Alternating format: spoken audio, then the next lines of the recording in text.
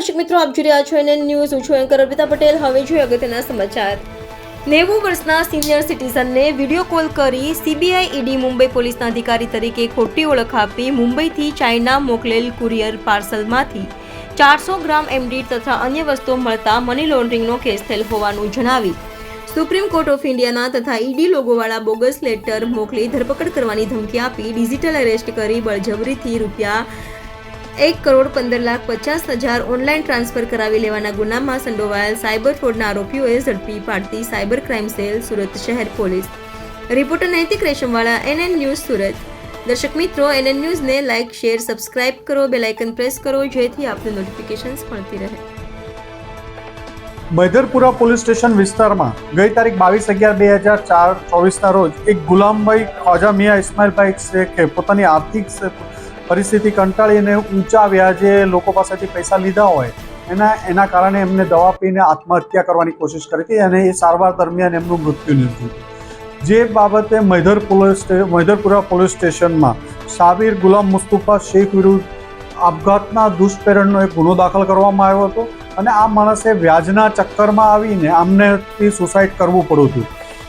જે અનુસંધાને સાબિર ગુલામ મુસ્તુફા શેખ વોન્ટેડ હતો અને એની તપાસ ચાલતી હતી. ગઈકાલે લેટ નાઇટના ક્રાઇમ બ્રાન્ચની ટીમે એને મહેસાણા ઉનાવા મીનાદાતારની દરગાહ પાસેથી પકડી પાડ્યો છે અને એની પૂછપરછ દરમિયાન અન્ય 6 વાહનો, 4 મોટરસાઇકલ અને 2 કાર કબજે લેવામાં આવી છે.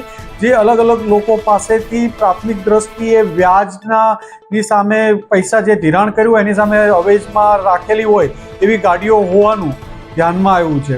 આ હિસાબને પકડી વધુ કેટલા લોકોને વ્યાજે પૈસા આપતા હતા, ખૂબ ઊંચા વ્યાજા દરે આ લોકો પાસેથી વ્યાજ વસૂલતા હોવાની પણ એક પ્રાથમિક માહિતી મળી છે. એટલે આના ચક્કરમાં આના વ્યાજના ચક્કરમાં લોકો ફસાયેલા છે એની એક તપાસ ચાલે છે અને આ માણસે સુસાઇડ કર્યું છે તો એને કેટલા ટાઈમથી એની પાસેથી પૈસા લીધેલા હતા, કેટલું વ્યાજ ચૂકવી શક્યા છે એ બાબતે પણ તપાસ કરી રહ્યા છે.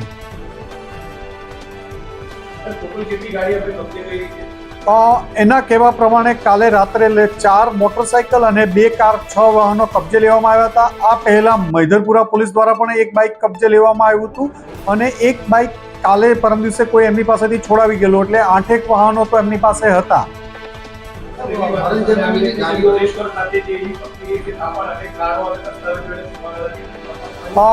પોલીસે એમના ઘરે કાલે પણ સર્ચ કરેલું હતું પણ એમના ઘરે તેવા કોઈ દસ્તાવેજો કે એવું મળી નથી આવ્યું. પણ હવે એને તપાસ રિમાન્ડ દરમિયાન અને એની પોલીસ કસ્ટડી દરમિયાન એની અલગ અલગ માહિતી કઢાવવા માટે પ્રયત્ન કરી રહ્યા છે.